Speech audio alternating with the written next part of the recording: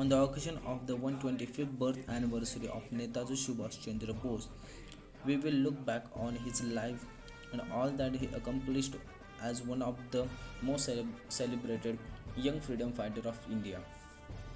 Subhash Chandra Bose, born on 23 January in 1897 at Cuttack, Orissa Division, Bengal. Prabhavati Datta Bose and Janakinath Bose, an advocate. He belonged to a well-to-do family and was the ninth of 14 children.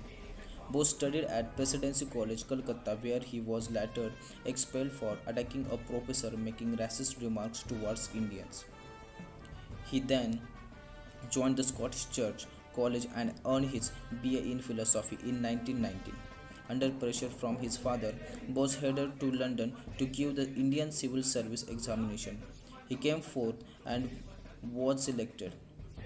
Bose, however, resigned from civil services as he believed he could not side with the British.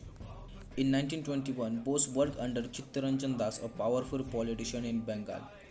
He worked as the editor for Das newspaper Forward and later started his own newspaper Swaraj. In 1923, Bose was selected the president of the All India Youth Congress and also the secretary of Bengal State Congress.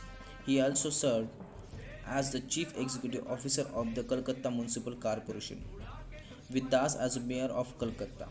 He was regarded as a vigilant and charismatic youth icon in the Indian National Congress. Bose was arrested countless times and deported to Burma in 1925 because he was suspected of connections with secret revolutionary movements. During the mid 1930s, Bose traveled in Europe, visiting Indian students and European politicians, including Benito and Mussolini. When Bose returned to India, he took over as the elected president of Congress in 1938. He stood for unqualified Swaraj and the use of force against the British, which then combat against Mahatma Gandhi and his views. Bose again arrested in 1941 during his house. Bose set the scene for his escape to Nazi Germany via Afghanistan and the Soviet Union. In Germany, in the Special Bureau for India under Adam von Trott-Souls, Bose formed the Azad Hind Radio. He and other Indians who had gathered in Berlin made regular broadcasts from the Azad Hind Radio beginning in January 1942.